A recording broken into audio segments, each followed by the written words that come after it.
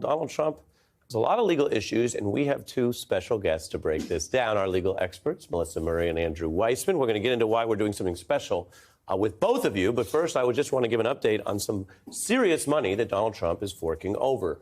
We've heard a lot about, will he do this? Will he follow that? It's not up to him. He owes a lot of money in that defamation case with E. Jean Carroll, and he posted a bond today, which is required to appeal. It's one of Trump's many bills and headaches. We've shown you this rough breakdown where you see the interest of the fraud case on the bottom, the fraud loss, the defamation case, which I just alluded to, and the bond cost for that. Now, he also needs a bond for his $500 million judgment in that fraud case. Trump's lawyers say he might have to sell some of his properties to pay the penalty, which means he is not an Elon Musk-level billionaire if he's a billionaire at all. You would not see someone with 100B having to sell anything to post bond. Trump still claims, though, that he's not concerned. How close are you to securing the bond, or what you need for that? I have a lot of money. I could do what I want to do. So you're not worried? Never used before. You're not worried about the money? I don't worry about anything. No, I don't worry about the money. We are here with our guest, Professor Murray. He owes this money, and if you talk to people casually about it, they say, nothing works. Is he ever going to be held accountable? Well, in civil cases, money is the only thing you're held accountable for. And it seems that this shows, in this case, in the New York Times, and eventually in the fraud case, when it's due, he has to pay even if he wants to appeal.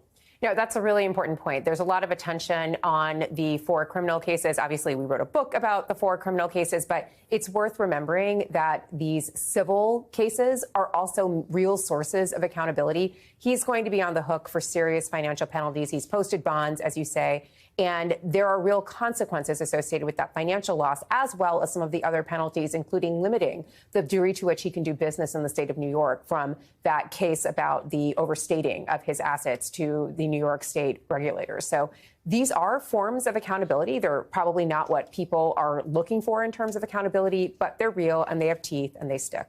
Yeah, and this case is about something important, Andrew, which is that E. Jean Carroll decided over the course of her life to try to hold him accountable for what the court deemed was his liability for sexual assault and his lies about it. This is a civil case. There's no other thing here except for the money. So does it matter that he has to post this bond and that if he doesn't win the appeal, he'll be paying her out this much?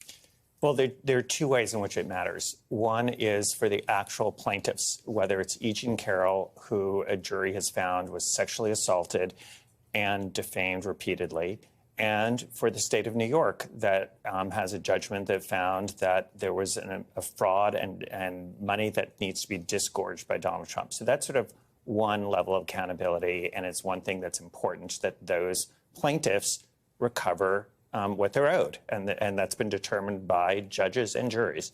The second is it raises issues about where Donald Trump is getting this money. We know from the first bond that was posted today, that's for about $90 million, but there still is another segment of about, as pointed out, about $450 million. So it's like one down, but a lot more to go.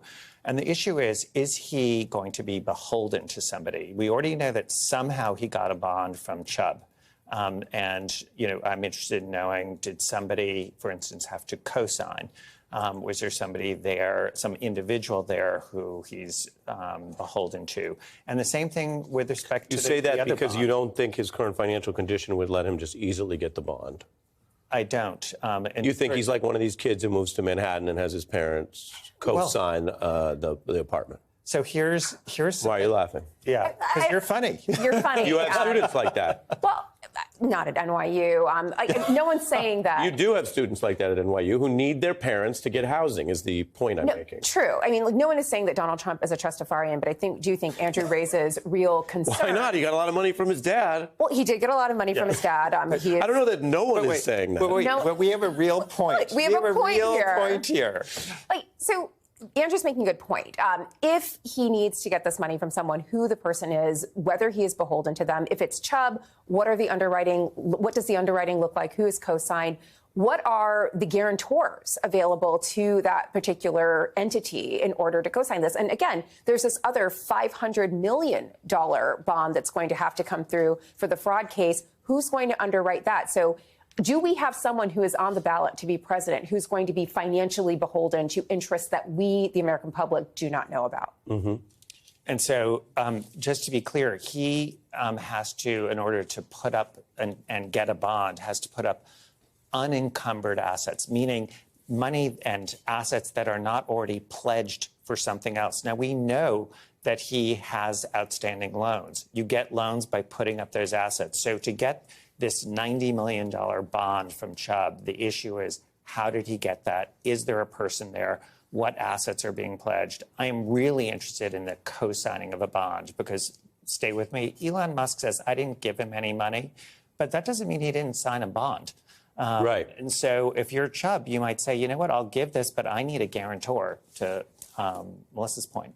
So there's a lot more. This is like journalistic heaven, which is pushing on Trump to know what are the details here, and the public really does have a reason to know.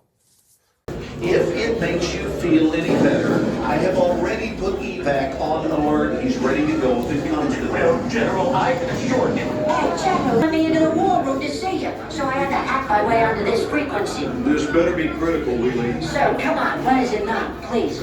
Okay, couple of things. I wanted low on the double. I was thinking about taking a couple of months sick leave, maybe starting today. And, oh yeah, I intercepted a transmission from Megatron. Then send it through. Yes, sir, right away, sir. And so I was so damn good on the other stuff. This is your last warning, insects. Relinquish what remains of the Allspark. So who's the insect? You? What? Who's the insect? Protect you. They were defeated on our world, and we will defeat them here.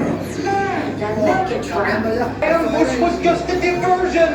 Security teams, bring him up. Rabbit, she's already inside. Deeds! Give me an update on that reserve. Boss readiness. What was his name? Evac, sir. Right, evac.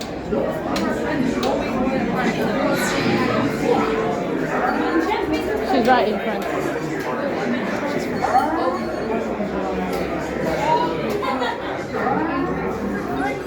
We're facing a heavy, sustained attack. They appear to be after the Allspark craft. General!